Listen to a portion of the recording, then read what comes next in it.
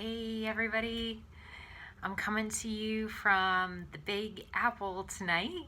I'm here in my hotel room at the Westgate in Manhattan. It's a great hotel. They happen to be under reconstruction, doing some renovations right now. So can't wait to see, if I get the chance to come back here to see what that looks like when everything is done. And they've made some really beautiful improvements to the hotel and the facility. But my room is huge. There's a jacuzzi tub, which I think I'm going to take advantage of. But I just wanted to give a quick update. 6 days. Wow, 6 days away from surgery.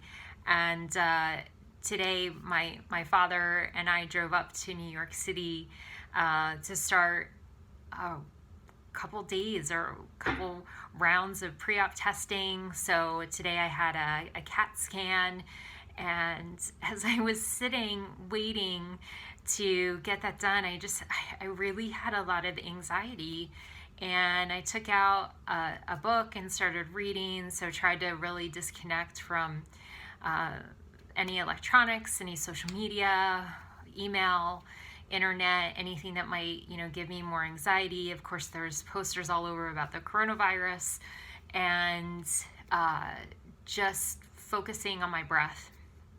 And so when they finally called me back, the CAT scan, I think I was on the table for less than 5 minutes. It was so fast.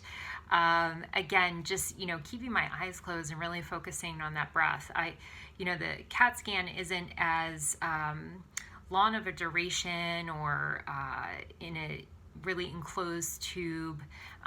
Even with those open MRIs, you still go into quite, an enclosure there. But the CAT scan is pretty open, but just, again, trying to really control my anxiety and focus on my breath and decrease whatever emotions I was having at that point.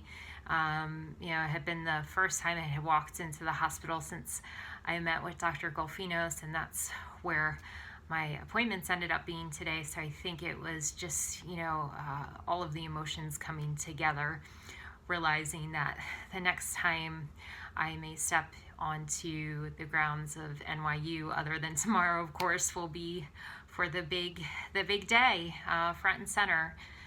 So I had the CAT scan, got that done, flying colors, and then went down to the lab to, of course, you may have seen, if you're on Facebook or Instagram, I shared a really great selfie of me with the MRSA swab. So I had to, step into the restroom and do nasal swabs. So they're going to test my nasal swab for MRSA, make sure that everything's clear, and had some blood work, and also did a urine test, not to be TMI, but today was the first day that I can remember since I was a kid, and my mom can attest to this, that I had blood work, and I think there were probably 4 or 5 vials. I saw them out of the corner of my eye, didn't want to ask or be told, didn't want to, put those thoughts into my head, like, oh my goodness, so many vials. Today was the first time I can really remember where I did not get physically sick. I didn't have a physical reaction to blood work. Again, not to be gross, disgusting, but there was a point where I was getting blood work and I would vomit after. In the doctor's office, it was, pretty immediate, like 10 minutes after they were done with the needle, and then that progressed into passing out. So that, was definitely challenging, but I would always let the nurse know that my body just naturally reacted that way. So as I'm sitting in that chair, and NYU is a very, very busy facility, and we were in a waiting room that was just chock full of people. There was a NYC police officer and everyone from, young to seniors and everything in between. So it was just like New York City is. It was a melting pot in that waiting room. But as I sat in that chair in the room with the phlebotomist, I just really started focusing on my breath. And she actually called somebody in to come and have me spell my first and last name and give my date of birth. I think that was a distraction, so it was her method of trying to keep my mind off of what she was doing. And had my eyes closed, and again, just taking those really nice, long, easy breaths in and long, deep breaths out. Just like my sister Rhonda says at Yoga for a Living, when we facilitate our yoga nidra and sound healing workshops. I kind of was channeling my inner Rhonda today, and was also doing my Ujjayi breath. Oh, Karen, you're so proud right now. And was really, really bringing in the breath work today. So I know that it is a testimony. I went through that blood test with flying colors. No nausea, no passing out. I didn't even break a sweat. So, of course, I told her, I said, you get an award. I said, the best that I can do right now is at least give you a hug. And took down her name. If I ever need to go back to the NYU lab for blood work, definitely going to ask for her.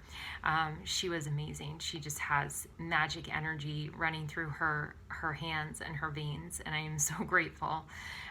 It just made it a much better experience for me, and I feel so much more confident and prepared for surgery just from that blood test. Can you believe it? So after the blood work, we went and grabbed some dinner. I had to fast for 3 hours before my CAT scan, so it was really between that and just the emotions and the stress and just waiting for all these appointments and the blood work and everything. I was ravished. So got some really yummy food, and then I had my first Asian massage tonight, of course, in New York City. So it was fabulous. You can still see the line from the face cradle. And wow, I was so impressed. I learned some things myself that I may be incorporating into my future massage therapy sessions.